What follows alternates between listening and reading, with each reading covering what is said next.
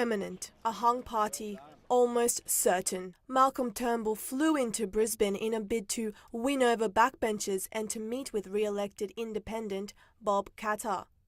Meeting with Bob, I know him well, and just as I have engaging with the other crossbenchers.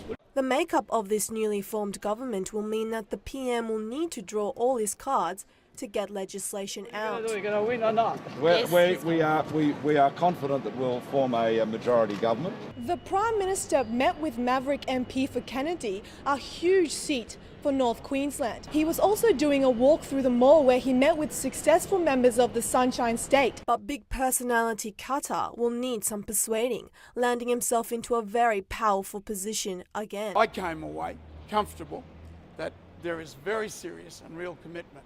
But, we don't want any looking into. There will be great anger and rage from me.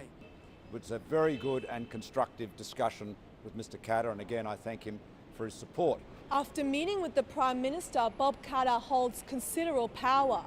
He said that he had a couple of issues that he wanted to bring up to Mr Turnbull. For the moment, as Australia waits for the election results, votes continue to be counted in the seats of Ford, Capricornia, Flynn, Cowan, Herbert and Hindmarsh. Vanessa Murillo, Vargas, 9 News.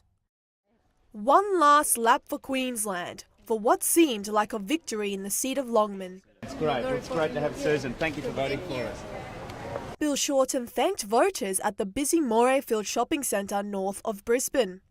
As the public faced an uncertain result, Mr Shorten didn't waste any time to assure voters of Susan Lamb's win.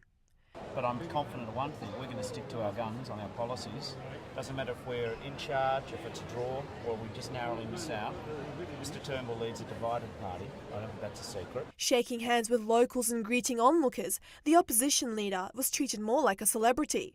Congratulations. It's very nice of you, thank you. Thank you. The seat of Longman, which was previously held by Liberal MP Wyatt Roy, was hugely contested this election as the so-called Many-Scare text campaign shifts voters to the left. Everyone knows that there is great instability in the Liberal Party, but he should not contemplate or consider resolving the instability in his own party by asking Australians to go to an early election.